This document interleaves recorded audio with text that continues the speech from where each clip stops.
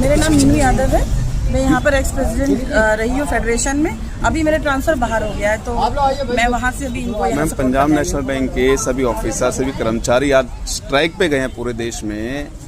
क्या है मुद्दा, किन बातों को लेके गए हैं? हमारे यहाँ जो सबसे पहला जो मुद्दा है ना वो है 5 डेज बैंकिंग का, क्योंकि 5 डेज का जो एक सिस्टम है वो बैंक को अगर हम साइड में रख दें तो बहुत सारे डिपार्टमेंट्स हैं जिनमें 5 डेज चल रहा है। 5 डेज वर्किंग है, चाहे वो सेंट्रल गवर्नमेंट है या स्टेट गवर्नमेंट के कुछ डिपार्टमेंट है या LIC है, सब जगह 5 डेज है। तो सिर्फ बैंक को ही क्यों अछूता कर दिया RBI के नॉर्म्स क्या कहते हैं इस मामले में?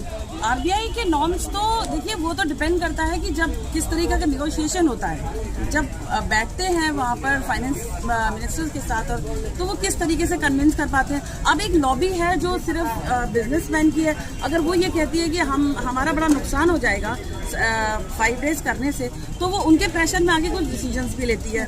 लेकिन जहाँ इतना डिजिटलाइजेशन हो गया है और जिनका बहुत ज़्यादा नुकसान होता है वो तो mostly banking internet and WhatsApp से भी करते हैं, तो ऐसा तो होना नहीं चाहिए। बाकी अगर 5 डेज होता है तो इससे ये देखिए कि हमारे एम्प्लॉयज़ का कितना मोरल बूस्टअप होता है, और एम्प्लॉयज़ इतना ज़्यादा काम कर रहा है इस समय अंडर प्रेशर कि वो इतना थक जाता है पूरे वीक के एंड तक आते आते। अगर उसको 2 दिन अगर छुट्टी मिलती है तो उसमें उसका हेल्थ भी रिवाइव होगा।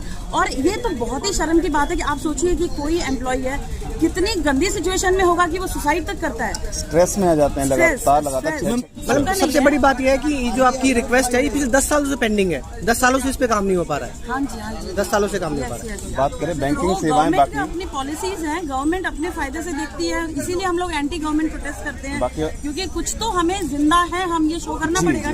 बाकी बात करें ऑफिसर आज स्ट्राइक पे गए हो, कल भी स्ट्राइक की बात कर रहे हैं आप लोग। बात करें स्ट्राइक पे जाते हैं तो इसमें इंटरनेट सेवाएं या ATM सेवाएं बाधित होंगी या नहीं होंगी, कुछ ऐसा है? कुछ इससे कुछ नहीं, ये सबसे कोई फर्क नहीं पड़ता, क्योंकि हम भी नहीं चाहते किसी का नुकसान हो।